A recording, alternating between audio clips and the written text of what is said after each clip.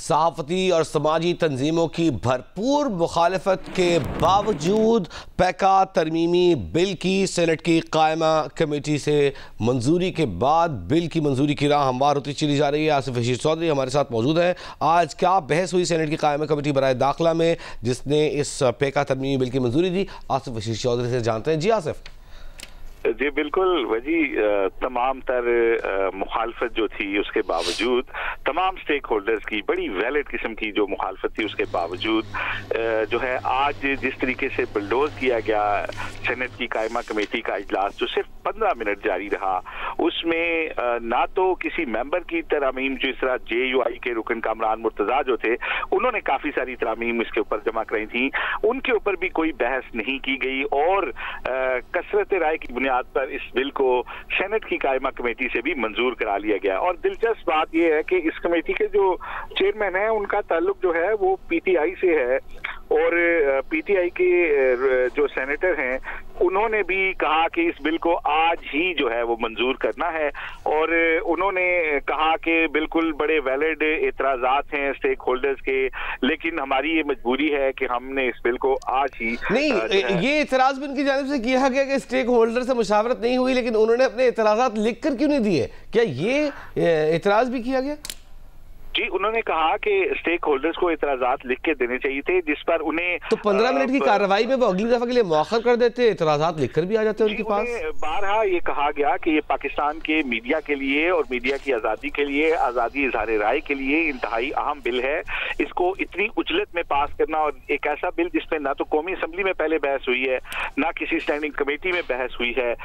اس کو آپ بھی بغیر جو ہے وہ کسی بحث کے پاس کر رہے ہیں تو یہ مناسب نہیں ہوگا۔ تاہم انہوں نے کہا کہ ہم جو ہے سینٹ کی یہ کمیٹی جو ہے وہ پابند ہے کہ اس کو پاس کرے۔ انہوں نے کسی رول کا کوئی ایسا حوالہ نہیں دیا کہ وہ کیوں پابند تھے۔ تاہم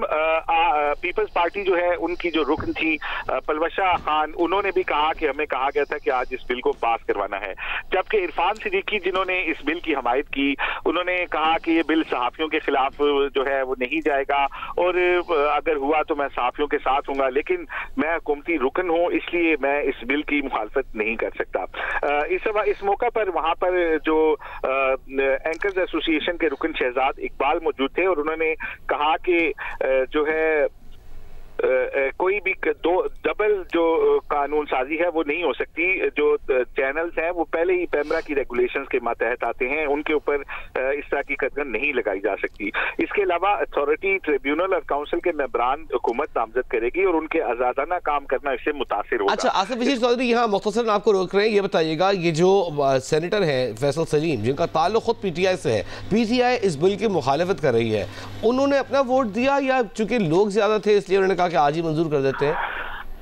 نہیں، چیئرمین کا ووٹ تو صرف اس صورت میں وجہ ہوتا ہے جب برابر ہو جائے تو چیئرمین ووٹ کرتے ہیں، لیکن انہوں نے اس بل کو جس کے اوپر ویلڈ ایک مشاورت آج ہونی چاہیے تھی وہ نہیں کی،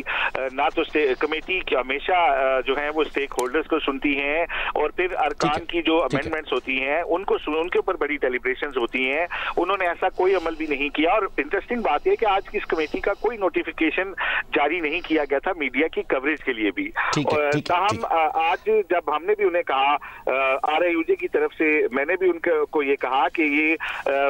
اس کے تحت جو ہے وہ فیئر ٹرائل کے اصول جو آئین میں انشور کیے گئے ہیں وہ بھی متاثر ہوں گے، اور یہ جو کرمنلائزیشن ہے کسی کو اریسٹ کرنا رائے دینے پہ، یہ دنیا کے صرف 3 ممالک میں ہے، جس میں 2 افریقہ کے ہیں اور ایک تیسرا پاکستان ہوگا۔ تو اس بل کے اوپر بڑی سنجیدہ ڈیلیبریشنز کی ضرورت ہے، اور ہم نے شکوار اس کے حوالے سے چیزیں تیار کی ہیں اور کمیٹی کو انہیں سننا چاہیے۔ تاہم